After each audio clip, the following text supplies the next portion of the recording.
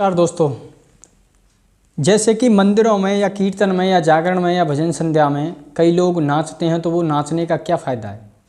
या फिर मंदिरों में घंटा बजाया जाता है, शंख बजाया जाता है, झालर बजाई जाती है, ढोलक बजाया जाता है, बाजा बजाया जाता है, करताल बजाई जाती है, तानपुरा बजाया जाता है। कई ऐसे वाद्य यंत्र हैं जो बजाए जाते हैं, उनका क्या फ़ायदा होता है, क्या महत्वपूर्ण, क्यों बजाए जाते हैं, क्या कारण है। नारद पुराण के अनुसार मैं बता रहा हूँ आपको। नारद पुराण के अनुसार अगर कोई मंदिर में नाचता है और वो नाचने का कोई पैसा नहीं लेता है, तो उस पर भगवान रुद्र की कृपा बनी रहती है, भगवान शंकर की कृपा बनी रहती है। चाहे वो हारमोनियम बजाता हो या ढोलक बजाता हो या तबला बजाता हो या वाद्य कोई यंत्र, कोई ऐसा भी यंत्र बजाता हो, करताल बजाता हो, तानपुरा बजाता हो, तो उस पर भगवान रुद्र की कृपा बनी रहती है। लेकिन बनी कब रहती है? जब वो पेमेंट नहीं लेता है। तब नाचने से भगवान शिव की कृपा बनी रहती है, पुण्य भी मिलते हैं, और नाचने से हमारे शरीर की कसरत भी होती है। इसी तरह से हारमोनियम बाजा अगर बजाया जाता है, मंदिरों में आरती गाई जाती है, तो जो ढोल मजीरा और नगाड़े बजाए जाते हैं उनका भी फल मिलता है। ऐसा नहीं है कि उनका नहीं फल मिलता हो, लेकिन फल एक ही स्थिति में मिलता है, अगर इंसान कोई भी वहाँ पर जा रहा है तो वो साफ नीयत से जा रहा है, यानी बिना पेमेंट के। अगर हारमोनियम बजा रहा है और बोले नहीं मुझे पैसा मिलना चाहिए यहाँ से, तो उसका कोई लाभ नहीं। बिना स्वार्थ के अगर मंदिर में जा रहा है तो उसका जरूर फल मिलेगा। जागरणों में भी नाचने वाले नाचते हैं, भजन संध्या में नाचते हैं। ज़्यादातर कलाकार यही बोलते हैं कि नाचो। तो नाचने का यही एक महत्वपूर्ण हिस्सा होता है कि उसको फल मिलता है नाचने से। भगवान शंकर की कृपा बनी रहती है उसके ऊपर।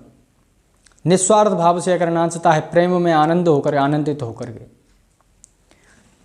इसी तरह से कुछ मंदिरों में आजकल तो बहुत ज़्यादा ऐसी इलेक्ट्रॉनिक वस्तुएं बन चुकी हैं जिनमें से कई तरह की ध्वनियाँ निकलती हैं। आरती बजाने का जब समय होता है, आरती गाने का समय होता है, आरती करने का जब समय होता है, तो वो वाद्य यंत्र बजा दिया जाता है। तो उसमें से शंख की ध्वनि, ढोलकों की ध्वनि, हारमोनियम की ध्वनि, कई ऐसी ध्वनि निकलती हैं, लेकिन उसका कोई महत्वपूर्ण फ़ायदा नहीं मिलता है कि उसे बजाया और भगवान प्रसन्न हो गए। प्रसन्न भगवान वहीं होते हैं जहाँ पर सच्ची श्रद्धा और भक्ति होती है। उसके लिए अगर हाथों से बजाई हुई ठोस चीज़ तो वही होती है कि हाथों से अगर हारमोनियम हो या ढोलक बजाई जा रही है और फिर उसे आप गा करके भगवान के सामने स्तुति करते हैं, तो उस स्तुति का ही परिणाम सही मिलेगा और उसका फल भी सही मिलेगा। अन्यथा ऐसे तो मंदिरों में ढोल मजीरा बजाने वाले कई यंत्र आते हैं, उन्हें बजा करके छोड़ दो, तो वहाँ पर भगवान की भी आराधना करना बेकार है। क्योंकि उस मंदिर में कभी भी प्रभु की कृपा, कभी भी ईश्वर की कृपा नहीं होती है, जिसमें पुजारी वाद्य यंत्र का एक बटन दबा करके, स्विच दबा करके चला गया और आरती हो गई, पुजारी ने आया, स्विच बंद किया, आरती बंद, जो भी आया सामान आरती में उठाया, समेटा और चलता बना। लेकिन वहाँ पर पूजा करना भी बिल्कुल निषेध है। वहाँ पर भगवान की कृपा नहीं मिलती है, क्योंकि वो वाद्य यंत्र तो नकली है, वो तो रिकॉर्ड की हुई आवाज़ है। फल हमेशा वहीं मिलता है जहाँ पर आप स्वयं अपनी जिह्वा से, ये भगवान ने जो जीभ दी है, इसको कभी भी आप यूज करें तो भगवान के भजन में ही ज़्यादा करें, नहीं तो पता नहीं समय कैसा आएगा और कब आदमी चलता फिरता रहेगा, कोई पता नहीं समय का। श्वास अंदर जा रही है और अंदर से बाहर आ रही है, तब तक इंसान जीवित है, और ये आना जाना बंद हुआ, समझो तमाम हो गया काम। तो भगवान का भी भजन वहीं पर करना अच्छी बात है जहाँ पर स्वयं देह से कर रहे हैं। मोबाइल में या टीवी में आपने भजन चला दिया, बोले भजन चल रहे हैं, नहीं, भजन घर में करना जरूरी है, घर में शंख बजाना जरूरी है। मंदिर में, देवालय में, किसी में अगर जा रहे हैं, नाच रहे हैं, तो वहाँ पर उसी वाद्य यंत्र में नाचिए, आनंद वहीं पर आएगा जहाँ पर वास्तविक में आपके सामने इंस्ट्रूमेंट रखे हैं और उन्हें बजाने वाले हैं।